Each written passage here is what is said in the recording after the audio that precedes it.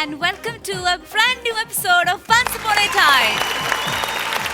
വെറും brand new episode അല്ല, once upon a ടൈമിന്റെ കളിയും ചിരിയും തമാശകളും സ്റ്റാൻഡപ്പ് കോമഡിയിലും ഒക്കെ തുടങ്ങിയിട്ട് 50 എപ്പിസോഡ് തികയുകയാണ്. Yes, we are celebrating the 50th episode of once upon a time. ഇതുവരെയും വൺസ് അപ്പോൺ എ ടൈമിനെ പ്രേക്ഷകർ നൽകിയ പിന്തുണയ്ക്കും പ്രോത്സാഹനത്തിനും ഒരുപാട് നന്ദി പറഞ്ഞുകൊണ്ട് വൺസ് അപ്പോൺ എ ടൈമിന്റെ ഒരു സ്പെക്ടാക്കുലർ എപ്പിസോഡിലേക്കാണ് നമ്മൾ കടക്കാൻ പോകുന്നത്. ഒരു കാര്യം, ഒരു വലിയ സർപ്രൈസ് നിങ്ങളെ കാത്തിരിക്കുവാണ്. അത് പറയുവാനും പ്രസന്റ് ചെയ്യാനായിട്ട് നമുക്ക് നമ്മുടെ ഷോയുടെ ബാക്ക് ബോൺ എന്ന് വിളിക്കുന്ന നമ്മുടെ സ്വന്തം പിഷാരടി ചേട്ടനെ സ്വാഗതം ചെയ്യുന്നു. Let's welcome Ramesh Pisharody on to the stage.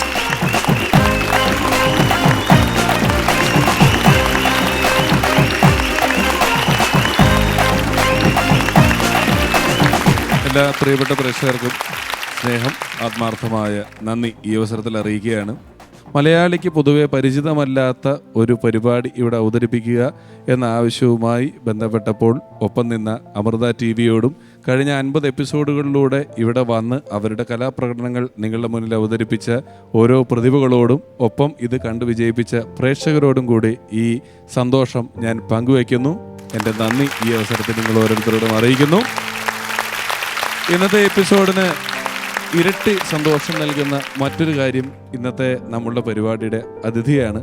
ചിരി ഇഷ്ടപ്പെടുന്ന, ചിരിക്കാൻ ഇഷ്ടപ്പെടുന്ന, ചിരിക്കുന്നവരെ ഇഷ്ടപ്പെടുന്ന ഒരു മികച്ച അഭിനേതാവാണ്.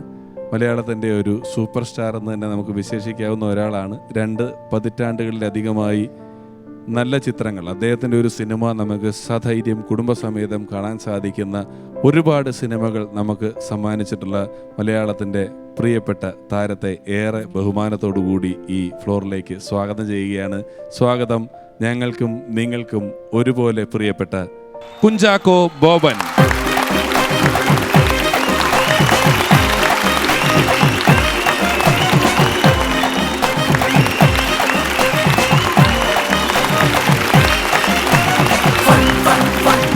Once upon a time, fun, fun, fun, fun, once upon a time, fun, fun, fun, fun, once upon a time, fun, fun, fun, fun, once upon a time. Once upon a ടൈമിൻ്റെ 50ാമത്തെ എപ്പിസോഡിലോട്ട് സ്നേഹപൂർവ്വം ഒരിക്കൽ കൂടി ചാക്കോച്ചന് സ്വാഗതം. Thank you very much. ഒരുപാട് സന്തോഷം. കാരണം രമേശ് പിഷാരടിയുടെ പിഷുവിൻ്റെ ഒരു പരിപാടി, അതും ഒരു നൂതനമായിട്ടുള്ളൊരു പരിപാടിയാണ്. എനിക്ക് തോന്നുന്നു സ്റ്റാൻഡപ്പ് കോമഡി ബേസ് ചെയ്തിട്ടുള്ളൊരു പ്രോഗ്രാം മലയാള ടെലിവിഷൻ രംഗത്ത് ആദ്യമായിട്ടാണ് വരുന്നതെന്ന് തോന്നുന്നു. അപ്പോൾ അതുകൊണ്ട് തന്നെ അമൃത ചാനലിനും പിഷാരടിക്കും the whole team of once upon ടൈമിന് എൻ്റെ വക ഒരു വലിയ കൺഗ്രാലേഷൻസ്. അതെ, നമ്മുടെ സാങ്കേതിക രംഗത്ത് പ്രവർത്തിക്കുന്നവർ, ക്യാമറ സൈഡിൽ പ്രവർത്തിക്കുന്നവർ, അങ്ങനെ ഇതിൻ്റെ പിന്നിൽ ഒരുപാട് പേരുടെ കൃത്യവും വ്യക്തവുമായ ഒരു അധ്വാനം ഓരോ എപ്പിസോഡിൻ്റെയും പിന്നിലുണ്ട്. ഒപ്പം ഹരി, ഇതിൻ്റെ സംവിധായകൻ, എല്ലാവരുടെയും പ്രവർത്തനങ്ങൾ ഒത്തുചേർന്നിട്ടാണ്. ചാക്കോച്ചനോടൊരു ചോദ്യം തുടക്കത്തിൽ ചോദിക്കാനുള്ളത്. ചാക്കോച്ചനെ എനിക്ക് പരിചയപ്പെട്ട ഉള്ള സമയം മുതൽ ഞാൻ ശ്രദ്ധിച്ചൊരു കാര്യം, പലരെ കൊണ്ടും പറ്റാത്ത ഒരു കാര്യം ചാക്കോച്ചൻ വളരെ ഈസിയായി ചെയ്യുന്നുണ്ട്. അത് ജീവിക്കുക എന്ന് പറഞ്ഞ പ്രോസസ്സിനെ ഏറ്റവും കോംപ്ലിക്കേറ്റഡ് ആയിട്ട് കൊണ്ടുപോകുന്നത് മനുഷ്യന്മാർ മാത്രമാണ്. പക്ഷേ ചാക്കോച്ചൻ ഇത്ര കോംപ്ലിക്കേറ്റഡ് അല്ലാതെ ഇതിനെ കൊണ്ടുപോകുന്നത് കാണാൻ എനിക്ക് പറ്റിയിട്ടുണ്ട്. അതിൻ്റെ ഒരു തിയറി അല്ലെങ്കിൽ ജീവിതത്തിൽ അഡാപ്റ്റ് ചെയ്തിട്ടുള്ളൊരു ഫിലോസഫി എന്താണ്? വളരെ സിമ്പിളാണ്. ഈ പറഞ്ഞ പോലെ കോംപ്ലിക്കേറ്റഡ് ആക്കാതിരിക്കുക എന്നുള്ളതാണ് എൻ്റെ ഏറ്റവും ആദ്യത്തെ കാര്യം. ആ പ്രയോറിറ്റിയിൽ ഏറ്റവും ആദ്യം നമുക്ക് സ്ഥാനം കൊടുക്കണം, നമ്മുടെ ജീവിതത്തിൽ സ്ഥാനം കൊടുക്കേണ്ടത് സന്തോഷത്തിനും സമാധാനത്തിനുമാണ്. അത് കഴിഞ്ഞ് ആരോഗ്യം, അത് കഴിഞ്ഞിട്ട് പണം. സമാധാനവും ആരോഗ്യവും ഉണ്ടെങ്കിൽ മൂന്നാമത് പറഞ്ഞ സാധനം പണം എത്ര വേണേലും നമുക്കുണ്ടാകാം. അത്രേ ഉള്ളൂ. രമേശേട്ടാ, ഞാൻ ആക്ച്വലി ഇന്ന് ഭയങ്കര ഹാപ്പിയും ത്രില്ഡുമാണ്. ഞാൻ സാധാരണ ഗസ്റ്റിനോട് സംസാരിക്കുന്നുണ്ട്, പക്ഷെ എനിക്ക് ഇന്ന് സംസാരിക്കുന്നതിന് ചെറിയൊരു നാണമൊക്കെ തോന്നുവാണ്. ഞാനൊരു 90s കിഡാണ്. അപ്പോൾ ഒരു 90s കിഡിനെ സംബന്ധിച്ച്, പ്രത്യേകിച്ചും പെൺകുട്ടികൾ എന്ന് പറയുമ്പോഴത്തേക്കും ചാക്കോച്ചൻ എന്ന് കേൾക്കുമ്പോൾ ഒരു സ്പെഷ്യൽ സെൻസേഷനാണ്. നമുക്ക് അദ്ദേഹത്തോട് സ്നേഹമാണോ ക്രഷാണോ, അത് അന്ന് LKG മുതൽ ഇപ്പം വരെ എനിക്ക് ശരിക്കും പറഞ്ഞാൽ ചാക്കോച്ചൻ ഞാൻ നെഞ്ചത്ത് ഒട്ടിച്ചു വെച്ചോണ്ട് വന്നിരിക്കുന്ന സാധനം എന്താണ്? ഞാൻ ഇവിടുന്നേ ഉവേ എന്ന് വായിച്ചുകൊണ്ടിരിക്കുക കുറെ നേരമായിട്ട്. ഈ ഒരു വലിയ പ്രതിസന്ധികൾക്കിടയിലും തിയേറ്ററുകൾ തുറക്കുന്ന സമയങ്ങളിൽ ചാക്കോച്ചൻ്റെ സിനിമകൾ അവിടെ ഉണ്ടായിരുന്നു. നായാട്ട് എന്ന് പറയുന്ന വളരെ പുതുമയുള്ളൊരു ചിത്രം, നിഴൽ നയൻതാര ചാക്കോച്ചൻ കോമ്പിനേഷനിലൊരു ചിത്രം, മോഹൻകുമാർ ഫാൻസ് ജിസ് ജോയ് ചാക്കോച്ചൻ കൂട്ടുകെട്ടിലൊരു ചിത്രം. ഇപ്പോഴും ചാക്കോച്ചൻ്റെ ഈ ഹെയർ സ്റ്റൈല് ഒറ്റെന്നല്ല സിനിമയുടെ പേര്, ഒറ്റ എന്ന് പറയുന്ന ഒരു സിനിമയുടെ ഗെറ്റപ്പാണിത്.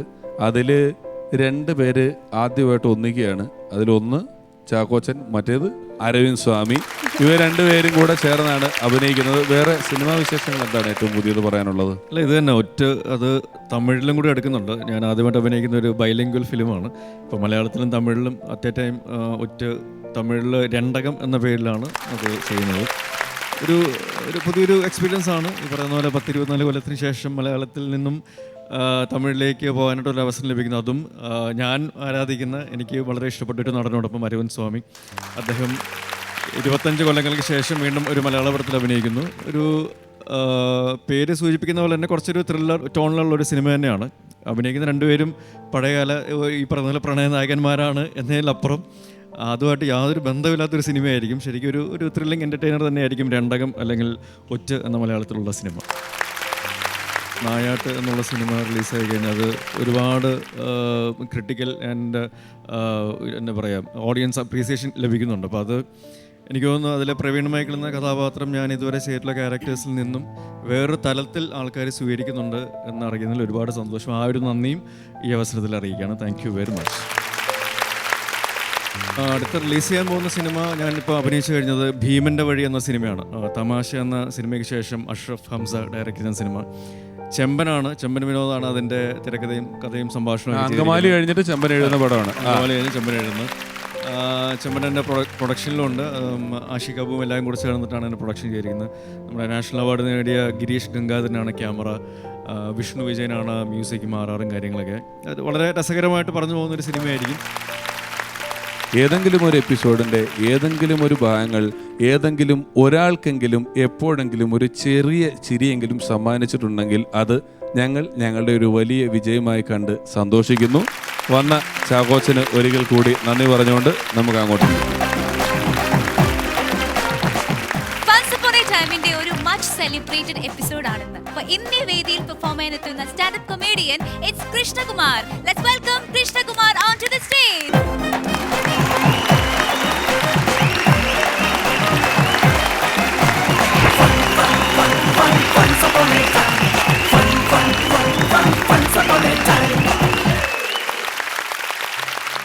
നമസ്കാരം. എന്തൊക്കെയുണ്ട് വിശേഷങ്ങള്?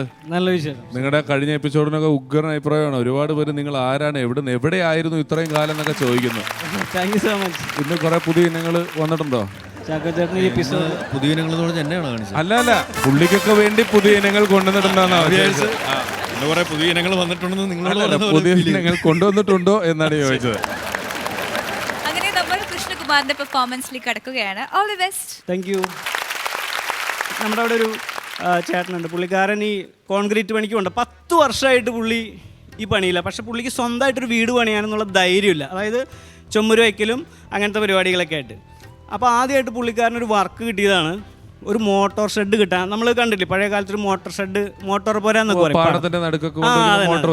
ഈ വർക്കാണ് കിട്ടിയത്. അപ്പോൾ പുള്ളിക്ക് ഭയങ്കര ഹാപ്പി ആയി, ഒരു വർക്ക് കിട്ടിയതല്ലേ എന്നുള്ളതിൽ. അതിനാകുമ്പോൾ ഇതിൻ്റെ ഉടമസ്ഥുണ്ട് വർഗീസ് ചേട്ടൻ. പുള്ളീനെ വർക്ക് ഏൽപ്പിച്ചു. കാലത്ത് ചായ ഒക്കെ ഏർപ്പാടാക്കി, സിമെൻറ്റും മറ്റുള്ള സാധനങ്ങളൊക്കെ റെഡിയാക്കി. അപ്പോൾ സിമ്പിളാണ് പണിയാൻ. 4 വശത്ത് പണിയാൻ വേണ്ടി ഒരു ഡോറ് വയ്ക്കുക, അത്രയേ ഉള്ളൂ. മേൽക്കൊരു ഷീറ്റ് എങ്ങാനും ഇടാം. ഒരു 4-4:30 ആകുമ്പോഴേക്കും പണി കഴിയും. കട്ടയും സിമെൻറ്റൊക്കെ ഏൽപ്പിച്ച് ഒരു 3:30-4 മണിയാകുമ്പോൾ വന്നു.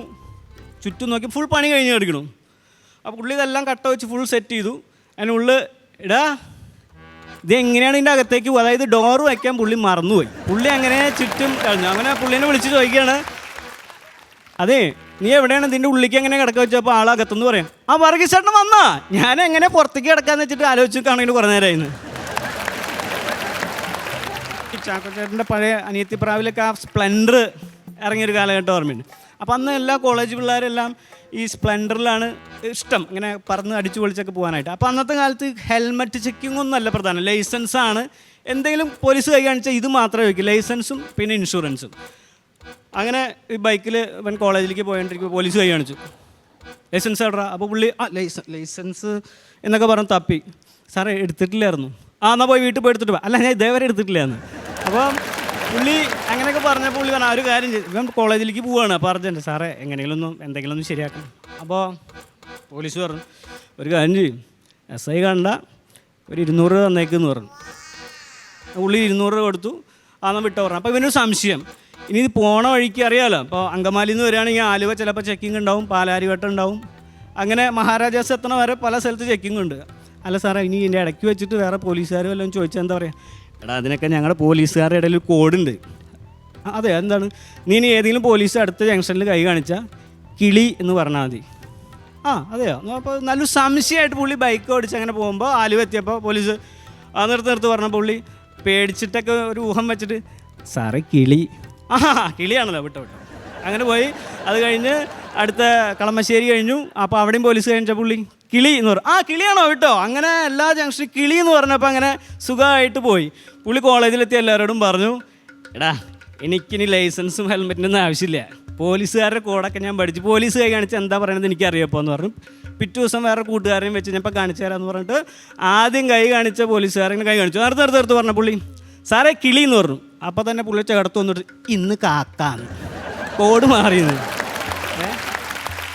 ഒരു വീട്ടിൽ പൂച്ച ഒരാൾക്ക് ഇഷ്ടമാണ്, അതായത് നമ്മുടെ ഭർത്താവിന് ഇഷ്ടമാണ്, ഭാര്യയ്ക്ക് ഇഷ്ടമല്ല. അപ്പോൾ പക്ഷേ ഈ പൂച്ചയെ കൊണ്ട് ഭയങ്കര ശല്യം. ഇപ്പോൾ ഭാര്യ പറഞ്ഞത് ഒന്നെങ്കിൽ പൂച്ച അല്ലെങ്കിൽ നിങ്ങൾ ആരെങ്കിലും ഒരാൾ മതി എന്നൊക്കെ പറഞ്ഞ് അവസാനം പുള്ളി സായി കേട്ട് പൂച്ചേനെ വണ്ടിയിൽ ഒരു ഹോണ്ട ആക്റ്റീവ് ഉണ്ട് അതിലെടുത്ത് ഒരു സ്ട്രീറ്റിലാണ് താമസിക്കണേ. അപ്പോൾ അവിടുന്ന് ഒരു 2-3 വളവ് കഴിഞ്ഞ് പുള്ളി പൂച്ചേനെ കൊണ്ടാക്കി. പുള്ളി അവിടുന്ന് തിരിച്ചു വരുമ്പോൾ പൂച്ച മതിലൊക്കെ ചാടി നേരെ വീട്ടിലെത്തിയിരിക്കണം. അങ്ങനെ പുള്ളിക്കാരൻ വീട്ടിലെത്തിയപ്പോഴും പൂച്ച അവിടെ ഇരിക്കുന്നുണ്ട്. ഇത് പെട്ടല്ലോ പണ്ട് പിന്നെയും പുള്ളി വണ്ടിയുമേ കയറ്റി കുറച്ചും കൂടെ ദൂരമൊക്കെ കൊണ്ടുപോയി വിട്ടു. അത് കഴിഞ്ഞ് വീട്ടിൽ വന്നപ്പോൾ വീണ്ടും പൂച്ച അവിടെ ഇരിക്കുന്നു. പുള്ളി വെട്ടു. പുള്ളി എന്തായെന്ന് വെച്ചാൽ വീടിൻ്റെ അവിടുന്ന് പൂച്ചേനെ ആകെ കൺഫ്യൂഷനാക്കാൻ വേണ്ടിയിട്ട് വീടിൻ്റെ നഗർ കഴിഞ്ഞു, B നഗർ 2 നഗറൊക്കെ കഴിഞ്ഞു, അങ്ങനെ പോയി അവസാനം റോഡ് ഉണ്ടായിട്ട് പാടത്തിൻ്റെ അവിടെ എത്തി. അവിടെ എത്തി പൂച്ചേനെ വിട്ടു. പുള്ളി ഒരു കട്ടൻ ചായയൊക്കെ കുടിച്ച് ഒരു സിഗരറ്റൊക്കെ വലിച്ച് വീട്ടിലേക്ക് വിളിച്ചു.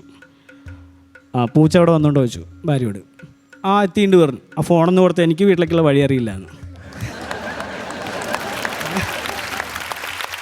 എൻ്റെ വൈഫ് പ്രിയ, പുള്ളിക്കാരി ചെറുപ്പത്തിൽ കുറേ നാൾ അബുദാബിയിലായിരുന്നു. അപ്പോൾ മലയാളം അങ്ങനെ വലിയ പിടുത്തമൊന്നുമില്ല. അപ്പോൾ കല്യാണം കഴിഞ്ഞിട്ട് വന്നപ്പോൾ മലയാളം ഇച്ചിരി തെറ്റിയൊക്കെ അങ്ങോട്ടും ഇങ്ങോട്ടൊക്കെ പറയാറുണ്ട്. അപ്പോൾ ഞാൻ പഠിപ്പിക്കും, തിരുത്തും, അങ്ങനെയല്ല ഇങ്ങനെയാണ് എന്നൊക്കെ പറഞ്ഞ് അങ്ങനെ പഠിപ്പിച്ച് ഈ കിഴക്ക് പടിഞ്ഞാറ് തെക്ക് വടക്ക് ഞാൻ പഠിപ്പിച്ചു കൊടുത്തു. East west north south. അപ്പം കറക്റ്റായിട്ട് പറയണം, അങ്ങനെയാണ് ഇങ്ങനെയാണ്, പിന്നെ ലെഫ്റ്റ് റൈറ്റ് ഇടത് വലുത് അതൊക്കെയാണ് കറക്റ്റ് ചെയ്യണം ഒക്കെ പറയണം എന്നൊക്കെ പറഞ്ഞു. ശരി എന്നൊക്കെ പറഞ്ഞു. അപ്പോൾ ഒരു ദിവസം പെട്ടെന്ന് ഞാൻ ചോദിച്ചു, പെട്ടെന്ന് പറ ഈസ്റ്റ് വെസ്റ്റ് ഒക്കെ എങ്ങനെയാണെന്ന് പറ, മലയാളത്തിൽ പറയാൻ പറഞ്ഞു. അപ്പം കിഴക്ക് പറഞ്ഞു ഓക്കെ, പടിഞ്ഞാറ് ഞാൻ പറഞ്ഞു ഓക്കെ, ഈ തെക്ക് വടക്ക് പുള്ളിക്കാരിക്ക് സെറ്റാകുന്നില്ല. അടുത്തത് കിഴക്ക് പടിഞ്ഞാറ്, അടുത്തത് ഇടത് വലതെന്ന്. യാത്രയുടെ കാര്യം ഇപ്പോൾ ട്രെയിൻ യാത്രയൊക്കെ പറഞ്ഞ പോലെ ഒരു പുള്ളിക്കാരൻ പെട്ടെന്ന് ഈ ട്രെയിനിൽ ചാടി കയറുന്ന വഴിക്ക് വീണിട്ട് പുള്ളിയുടെ ഈ എല്ലിന് ഇവിടെ എന്തോ പ്രശ്നമായപ്പോൾ ഡോക്ടറെ കാണിച്ച് ഉടനെ അപ്പം തന്നെ ആശുപത്രി കൊണ്ടുപോയി. അപ്പോൾ MRI സ്കാനൊക്കെ എടുക്കണമെന്ന് പറഞ്ഞു. 6500 രൂപ MRI സ്കാന്. എന്നിട്ട് പുള്ളി അതിൻ്റെ റിസൾട്ടിന് വേണ്ടി ഇങ്ങനെ വെയിറ്റ് ചെയ്ത് നിൽക്കുക കേട്ടോ. എന്താ ഇവൻ 6000 രൂപ കൊടുത്തല്ലേ. അപ്പോൾ ഡോക്ടർ നോക്കിയിട്ട് വേറെ കുഴപ്പമൊന്നുമില്ല എന്ന് പറഞ്ഞു. അപ്പോൾ ഈ പുള്ളിയുടെ മുഖമൊക്കെ ആകെ ഡള്ളായിക്കൊണ്ടിരിക്കുക. അപ്പോൾ ചെറിയൊരു കുഴപ്പമുണ്ട്, ഇവിടെ ഒരു ചെറിയൊരു ഫ്രാക്ചർ ഉണ്ട് ഈ സൈഡിലായിട്ട്. അപ്പോൾ രോഗി ആയിട്ടുള്ള ആൾ പറയും, ഈ 6500 രൂപ മുടക്കിയിട്ട് ഒന്നുമില്ല എന്ന് പറഞ്ഞു കഴിഞ്ഞാൽ ഭയങ്കര വിഷമമായി പോയനേത്. കാരണം പുള്ളിയെ സംബന്ധിച്ച് ഇത്രയും കാശ് കൊടുത്ത് എടുത്തല്ലേ, എന്തെങ്കിലും ഒരു കുഴപ്പമുണ്ടെങ്കിലല്ലേ കാര്യമുള്ളൂ. Okay, thank U. ഞാൻ കൺക്ലൂഡ് ചെയ്യാണ്. കൃഷ്ണകുമാർ, നല്ല പെർഫോമൻസ് ആയിരുന്നു. Thank you so much. Ramesh ചേട്ടാ, ചാക്കോച്ചൻ ഗംഭീരമായിരുന്നു. ഞാനെന്ന് കാണുന്നതാണല്ലോ. ചാക്കോച്ചൻ പറയട്ടെ. അല്ല, ഞാൻ ശരിക്കും പിഷാരടിയുടേതല്ലാത്ത ഒരു സ്റ്റാൻഡപ്പ് കോമഡി ഞാൻ ആദ്യമായിട്ടാണ് കാണുന്നത്. അപ്പോൾ അതിൻ്റെ ഒരു സന്തോഷം. പിന്നെ വളരെ ക്ലീനാണ് നിങ്ങളുടെ ഹ്യൂമറും കാര്യങ്ങളൊക്കെ വളരെ ക്ലീനാണ്. നമുക്ക് പെട്ടെന്ന് റിലേറ്റ് ചെയ്യാൻ പറ്റും. നമ്മൾ കണ്ടും കേട്ടും അറിഞ്ഞും ഉള്ള ഒരു ഒരു ഒരു സ്മൂത്ത്നെസ്സും ഒരു കാഷ്വൽനെസ്സും അതിനുണ്ടായിരുന്നു. നന്നായിട്ട് ചെയ്തു. All the best. Thank you. എൻ്റേതല്ലാത്ത ഒരാളെ കാണുക എന്ന് പറഞ്ഞിരുന്നല്ലോ. എനിതൊരു ഞാനിതെപ്പോഴും മനസ്സിൽ സൂക്ഷിക്കണം. വളരാൻ അനുവദിക്കരുത് എന്നുള്ളതേ സൂക്ഷിക്കണം കേട്ടോ. എല്ലാവരും എപ്പോഴും മനസ്സിലുണ്ടാവണം. എന്നെ കഞ്ഞീര് മണ്ണ് വാരി ഇടരുത്. നമ്മുടെ സ്റ്റാൻഡപ്പ് കോമഡി ഈ പ്രോഗ്രാം തുടങ്ങിയ പിന്നെ സത്യത്തിൽ ഇങ്ങനത്തെ തമാശകളെല്ലാം ഇപ്പോൾ ഇവിടെ വരുന്നവരും നമുക്കെല്ലാം കിട്ടുന്നത് കുറേ കൂട്ടുകാരന്മാരുമായിട്ടുള്ള ബന്ധങ്ങളിൽ നിന്നാണ്. അപ്പോൾ സത്യത്തിൽ ആ ബന്ധം വീണ്ടും പുതുക്കാനായിട്ടുള്ള ഒരു വലിയൊരു അവസരം ഉണ്ടായി. കാരണം പഴയ തമാശയൊക്കെ പറയുന്നവരൊക്കെ വിളിക്കുകയും സംസാരിക്കാനുള്ള അത്രയും വലിയൊരു അവസരം അങ്ങനെയും കൂടെ ഈ നമ്മുടെ ഫണ്ട്സ് അപ്പോൺ എ ടൈം ഉണ്ടാക്കി തന്നിട്ടുണ്ട്. അതെ, ഈ ഇപ്പം നമ്മുടെ സൗഹൃദങ്ങൾ അങ്ങനെ കാണലെല്ലാം വാട്സപ്പ് ഗ്രൂപ്പുകളിലായല്ലോ. അപ്പോൾ വാട്സപ്പ് എന്ന് പറയുന്ന സാധനം ആദ്യം വന്നു. വാട്സപ്പ് വന്ന് കുറച്ച് കഴിഞ്ഞപ്പോഴാണ് ഈ വാട്സപ്പ് ഗ്രൂപ്പ് വന്നത്. അപ്പോൾ ധർമ്മജനെയും എന്നെയും വേറെ ഈ ഹരിനെ 1-2-3 പേരെയൊക്കെ കൂടെ ആരോ പിടിച്ചൊരു ഗ്രൂപ്പിൽ ചേർത്തു. ഞങ്ങളൊക്കെ അതിനകത്ത് മെസ്സേജ് ഇട്ടു. അപ്പോൾ ധർമ്മൻ ഈ വാട്സപ്പൊക്കെ ഇടയ്ക്കൊക്കെ നോക്കുകയൊക്കെ ഉള്ളൂ. ഒരു ദിവസം ഒരു സന്ധ്യയ്ക്ക് ഒരു 6 മണിയായപ്പോൾ എന്നെ വിളിച്ചിട്ട്, പിഷാരടി നിന്റെ വാട്സപ്പിന് എന്തോ പറ്റിയിട്ടുണ്ട് കേട്ടോ. ഞാൻ ചോദിച്ചു എന്താ? ഹരി നീയും ഒക്കെ പേഴ്സണലായിട്ട് പറയുന്നത് എനിക്ക് കേൾക്കാമെന്ന്.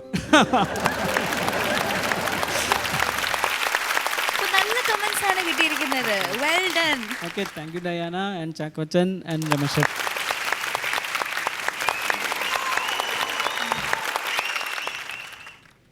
നമസ്കാരം.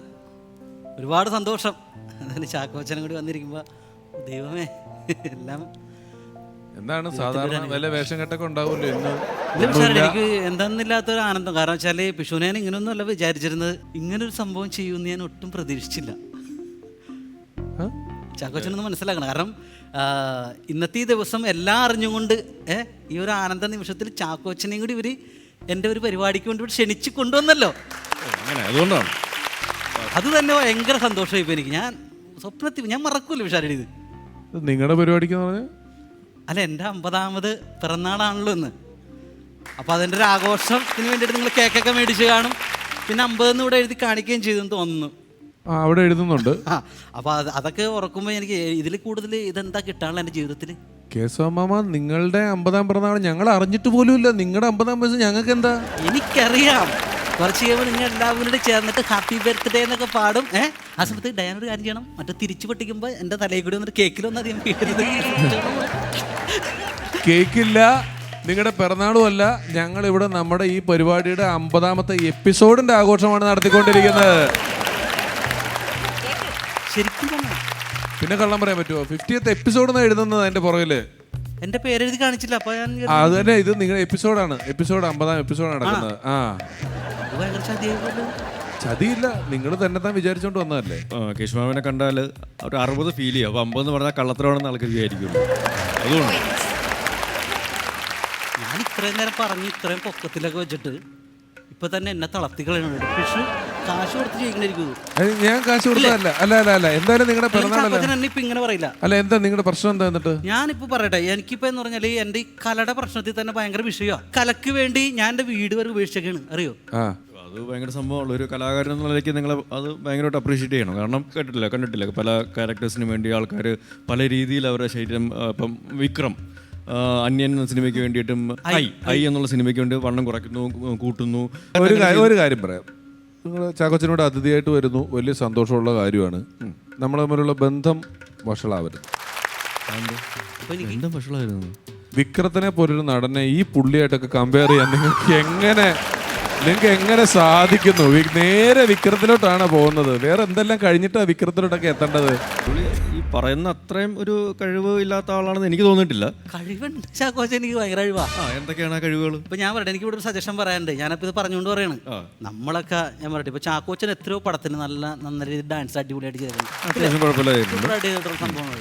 ഈ ഒരു പരിപാടി നല്ല പരിപാടി നടക്കുമ്പോ ഈ പെങ്കൊച്ച് ഫസ്റ്റ് ഒരു ഡാൻസ് കളിക്കും. ഫണ്ട്സ് അപ്പോൺ എ ടൈമിന്റെ അത് കറക്റ്റാണ്. കാരണം ഈ ജനറേഷനിൽ കളിക്കാൻ പറ്റിയ സാധനം അതല്ല. അത് നല്ല പഞ്ചിൽ കളിച്ച സാധനം കേട്ടണം. ഞാൻ പഠിപ്പിച്ചു കൊടുക്കാം. പുള്ളിയുടെ ഒരു ഡാൻസ് പെർഫോമൻസ് ആണ്. എന്നിട്ട് വേണം തീരുമാനിച്ചാൽ ഇത് സ്റ്റെപ്പ് ഞാൻ ഇട്ട് തരാം. ഓക്കെ.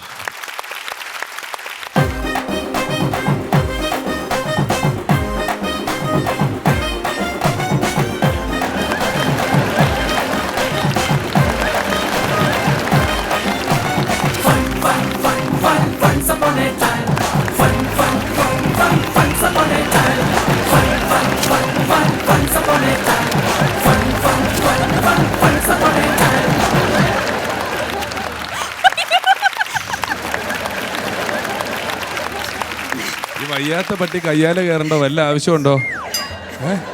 വയ്യാത്ത പട്ടിക്ക് കയ്യാല കയറേണ്ട ആവശ്യമുണ്ടോ? ഡാൻസ് തീർന്നിട്ടില്ലേ? എന്താ വേണ്ടേ? കഥപ്പ് വയ്ക്ക്. എന്താ എയർ മാത്രമേ വന്നുള്ളൂ. എന്താ മ്യൂസിക് ഒന്നുകൂടി ഇട്ട് കൊടുത്തേ. ഡാൻസ് തീർന്നിട്ടില്ല. മ്യൂസിക് ഇട്ട് കൊടുക്ക്.